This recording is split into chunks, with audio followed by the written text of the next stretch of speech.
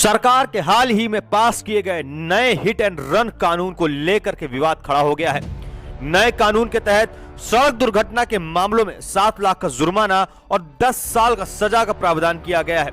इसे लेकर के अलग अलग राज्यों में ट्रक ड्राइवरों ने विरोध प्रदर्शन किया। प्रदर्शन की वजह से कुछ स्थानों पर ईंधन की कमी की आशंका पैदा हो गई। ट्रांसपोर्टर्स की हड़ताल खत्म होने के बाद कई जगह पर पेट्रोल पंप बंद नजर आ रहे हैं। All India motor transport Congress AIMTC ने कहा कि इस प्रावधान की वजह से ट्रक ड्राइवरों को अनुचित उत्पीड़न का सामना करना पड़ सकता है, इसलिए उन्हें वापस लिया जाना चाहिए। हालांकि इस प्रावधान को अभी तक लागू नहीं किया गया है। सोमवार को शुरू हुई यह देशव्यापी हड़ताल के वापस ले ली गई है। केंद्रीय गृह सचिव अजय भल्ला ने कहा कि नए हिट एंड रन कानून के संबंध में जो नियम अभी तक बना है लागू नहीं किया गया है और केंद्र सरकार इसे लागू करने से पहले all India motor transport Congress के प्रतिनिधित्व के साथ चर्चा करेगा। भर के ट्रांसपोर्टर और ड्राइवर हिट एंड रन के मामले में केंद्र सरकार के नए कानून का विरोध करते हुए सोमवार से 3 दिनों की हड़ताल पर चले गए। मंगलवार को हड़ताल का दूसरा दिन रहा और हड़ताल का राजधानी पटना समेत अन्य राज्य के जिलों में भी देखने को मिला। मंगलवार को भी बस, ट्रक और अन्य व्यावसायिक वाहनों के चालकों ने अपनी गाड़ियां नहीं चलाई। जो गाड़ियां चल रही हैं वो यात्रियों से मनमाना पैसा भी वसूल कर रहे हैं। 50 रुपए के बदले 100 रुपया किराया वसूला जा रहा है। हड़ताल के कारण पटना से दूर दूसरे जिलों में और राज्यों के लिए इक्का दुक्का बसें चल रही हैं। बस और ट्रक चालकों की इस हड़ताल से यात्रियों तथा कारोबारियों को भारी परेशानी का सामना करना पड़ रहा है। सोमवार से शुक्रवार हो गया है, लेकिन लगातार यहां पर हड़ताल देखने को मिल रही है। हालांकि बिहार राज्य पथ परिवहन निगम की 10 से 15% बसें सड़कों पर नजर आई और इससे भी चलाने की तैयारियां की जा रही है। नए साल के पहले दिन तो राजधानी में निगम की कुछ सिटी बसें आसपास के जिलों से ही चली गई, लेकिन मंगलवार को बता दें कि पटना से बांकीपुर बस स्टैंड से हर रोज करीब 350 बसें राज्य की लगभग सभी जिलों के लिए और नगर सेवा के लिए चलती रहे और यहां से सिर्फ 70 से 80 बसें ही चली।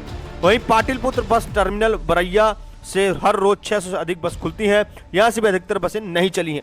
यहां आए अधिकतर यात्रियों को लौटना पड़ा है। मालूम हो कि बिहार राज्य पथ परिवहन निगम के तहत बहुत सारी बसें PPP मोड पर चल रही हैं। PPP मोड पर चलने वाली अधिकतर बसें सोमवार को ही नहीं चली थी।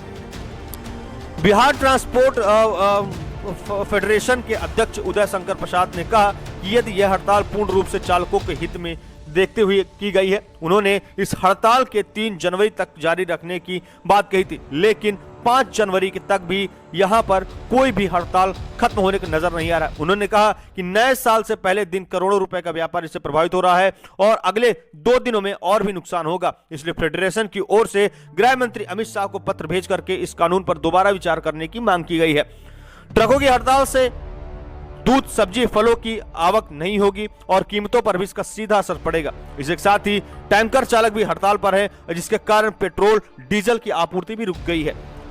बस और ट्रक चालकों की हड़ताल ऑटो चालक ने नैतिक समर्थन दिया। इसके कारण नए साल पर शहर के अंदर तो ऑटो चले, लेकिन बरैया बस स्टैंड, पटना गया रोड और बाईपास सहित कई शहर इलाकों में भी ऑटो का परिचालन नहीं हुआ। सड़कों पर बस ऑटो नहीं चलने से दिन भर में रास्ता खाली रहा।